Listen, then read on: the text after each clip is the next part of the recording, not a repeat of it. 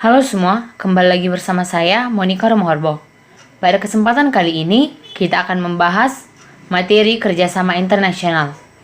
Adapun 6 pokok pembahasan yang akan kita bahas pada kesempatan kali ini, yaitu yang pertama pengertian kerjasama internasional, yang kedua faktor penyebab kerjasama internasional, yang ketiga dampak kerjasama internasional, yang keempat bentuk-bentuk kerjasama internasional, yang kelima lembaga-lembaga kerjasama internasional, dan yang keenam manfaat kerjasama internasional.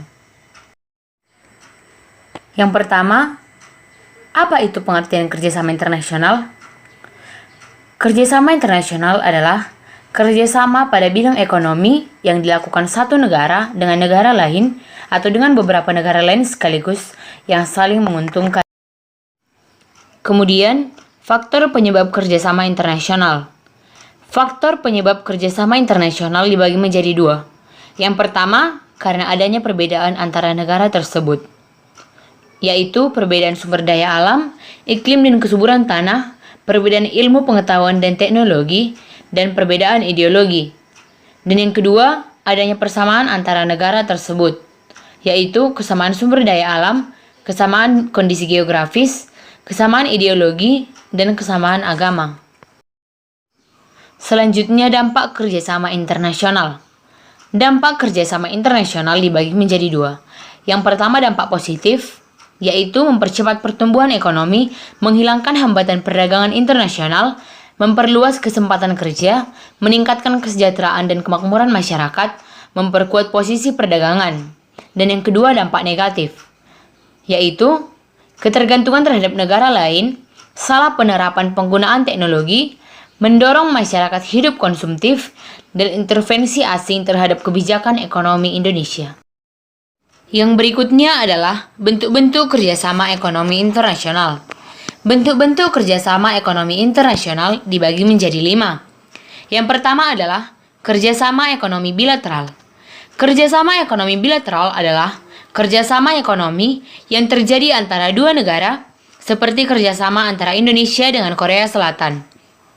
Bentuk kerjasama ekonomi internasional lebih sering dilakukan secara bilateral, seperti kunjungan antar negara.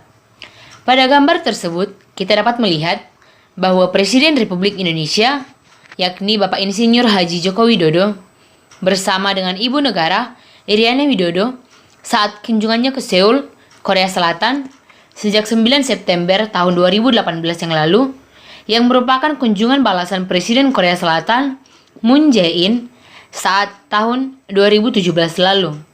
Tentunya, kunjungan ini bertujuan menguatkan kerjasama ekonomi antara kedua negara tersebut. Khususnya juga menambah ketertarikan pelaku usaha luar negeri untuk berinvestasi di Indonesia. Korea juga memandang bahwa Indonesia memiliki peranan penting dalam perkembangan kawasan ASEAN. Hasil konkret kunjungan Presiden Joko Widodo ini adalah beberapa kesepakatan berupa nota kesepahaman dan komitmen investasi. Dilansir Detik, menurut Kepala Badan Koordinasi Penanaman Modal atau BKPM, Thomas Trikasi Lembong, terdapat 15 nota kesepahaman dan 6 komitmen investasi yang tercatat senilai 6,2 miliar US dollar atau setara dengan 81,7 triliun. Yang kedua adalah kerjasama ekonomi regional. Kerjasama ekonomi regional merupakan bentuk kerjasama ekonomi antara beberapa negara yang terletak dalam suatu kawasan tertentu. Contohnya adalah ASEAN. Terbentuknya ASEAN merupakan hal yang patut kita syukuri, karena semua negara di kawasan Asia Tenggara dapat saling membantu pertumbuhan negara, terlebih di bidang ekonomi.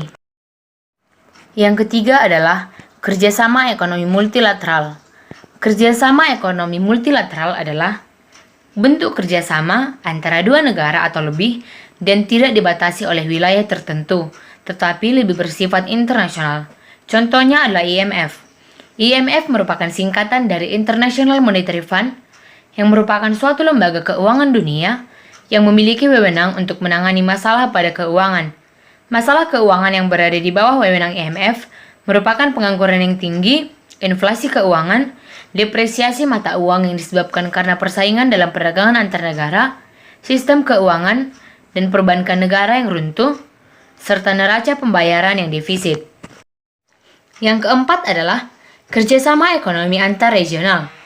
Kerjasama ekonomi antar regional adalah bentuk kerjasama antara dua atau lebih lembaga-lembaga ekonomi regional, seperti kerjasama antara ASEAN dan Uni Eropa.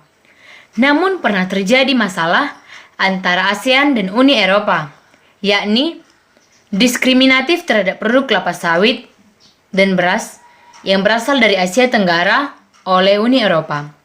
Pada gambar tersebut kita melihat bahwa pemerintah Indonesia bersama dengan sejumlah negara di ASEAN menyiapkan sikap bersama untuk merespons kebijakan proteksionisme Uni Eropa yang dianggap diskriminatif terhadap produk kelapa sawit dan beras yang berasal dari Asia Tenggara. Yang kelima adalah kerjasama ekonomi berdasarkan tujuan dan lapangan usaha. Kerjasama ekonomi tidak terbatas pada wilayah dan hubungan internasional saja, tetapi juga ada kerjasama yang dibentuk atas dasar tujuan dan lapangan usaha. Contohnya adalah OECD. OECD merupakan singkatan dari Organization Economic Cooperation and Development. OECD merupakan organisasi kerjasama dan pembangunan ekonomi. Terdapat lembaga-lembaga ekonomi internasional. Yang pertama, ASEAN. Yang kedua, APEC. Yang ketiga, ASEAN Productivity Organization atau APO. Yang keempat, Bank Dunia atau World Bank. Yang kelima, Uni Eropa atau European Union. Yang keenam, International Trade Organization atau ITO.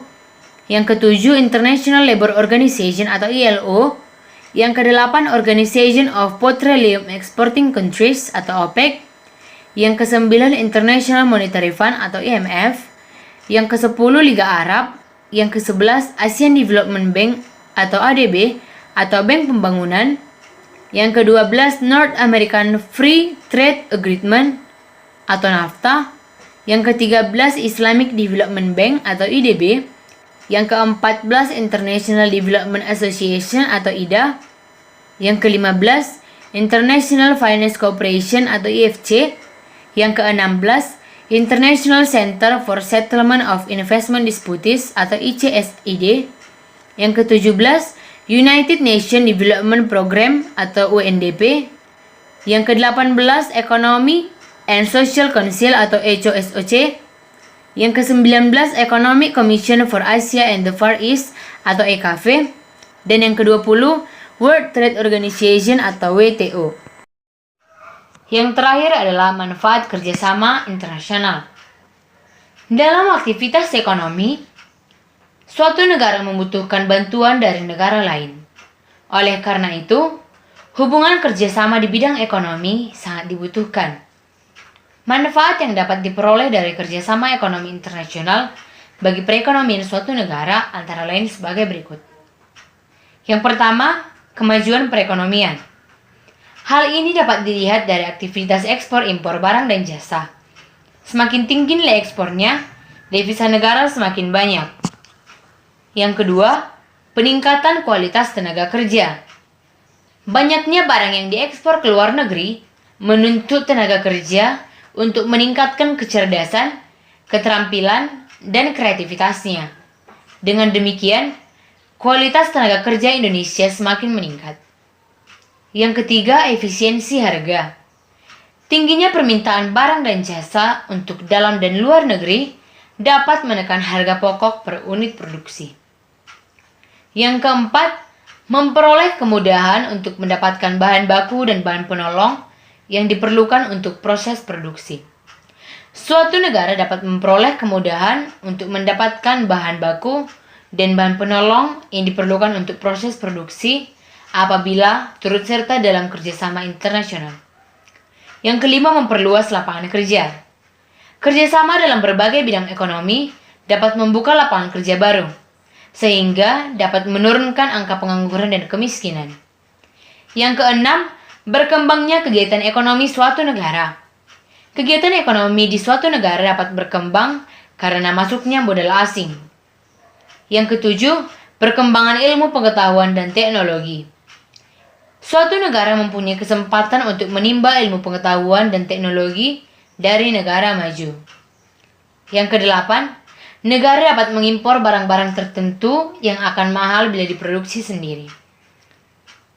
Yang kesembilan, dapat memperkuat daya tawar dan posisi suatu negara dalam dunia kerjasama internasional.